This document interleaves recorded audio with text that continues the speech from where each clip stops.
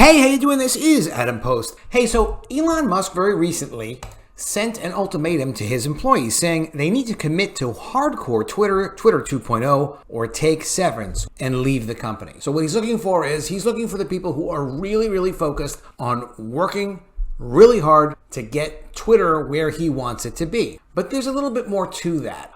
He's taking out the trash. He's getting rid of the people that he doesn't want to have there. And I found this tweet thread on Twitter today, and I thought, man, this guy really explains it really well. So I'm going to go through this, and you let me know what you think in the comments below. Is this on target or off target? All right, let's get started. Before we do, please be sure you subscribe to the channel, click the bell for notifications, give me a thumbs up, and let's get into the video. Here we go. All right, I'm going to explain what Elon Musk is likely doing over there at Twitter. This is not a discussion on whether it's right or wrong, just what's happening. If I'm wrong, I'm sure he'll pop up and say so. What Elon engaged in is something called whaling and culling. First, the whaling. It's a common refrain that you've probably heard of at some point or another, that 10% of the people at a company do 90% of the work. That's what tight 2-week deadlines for Twitter Blue was all for. He was perfectly aware that it was an unrealistic time frame. It was a test.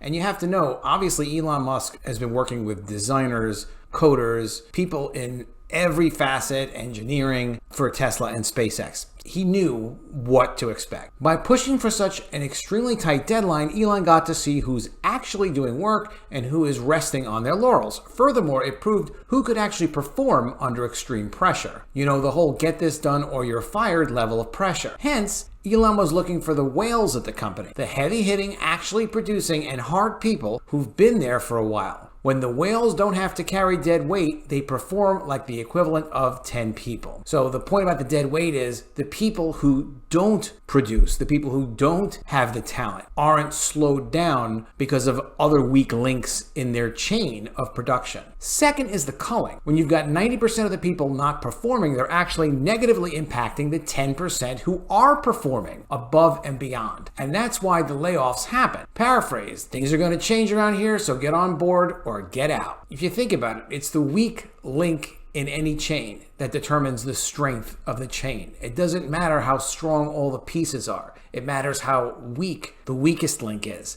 The strength of the chain is always limited by the weakest link. So by cutting unproductive staff, he actually untied the hands of the productive staff. Fewer obstacles to getting in the way of getting things done. It also revealed to him who was there to make Twitter a better product versus who was there to be an activist. So now you've chopped your workforce down to people who actually perform, but they're not enough to run everything. This is why after all those people go, there's going to be a surprise hiring of a new bunch of people. Why? Because the productive people actually know what they need to get things done.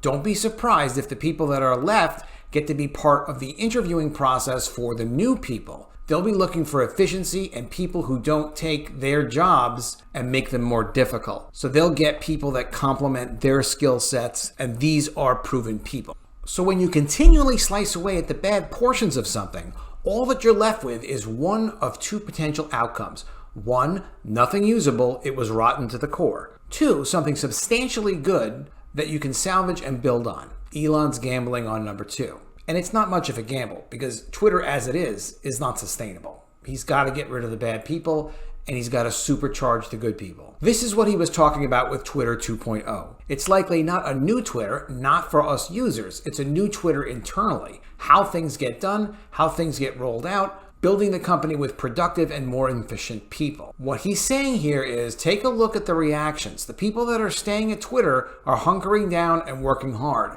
The people that are let go are the ones calling for doom and gloom, and it's going to get shut down, and the way things were at Twitter is dead. So, from the outside, this looks like a giant cluster, but it's going to surprise everyone that a great number of businesses are run this way. That's the reason layoffs happen every year across the world. Whaling and culling. Elon is just being very vocal about it and being very open and discussing on Twitter what's going on. Like he said at the start of the post, he didn't say it was right or wrong, just likely what's happening. But if you never thought about it before, now you have something to think about. It's interesting. You have to imagine, as much as media is going to say, oh, this ultimatum is going to destroy Twitter, Elon Musk doesn't know what he's doing, he's just an idiot. I mean, it's amazing people will actually say he's an idiot. I don't know that all of his intentions are always good. I think he has, who knows? But what I will say is, the man's not an idiot. He understands how to run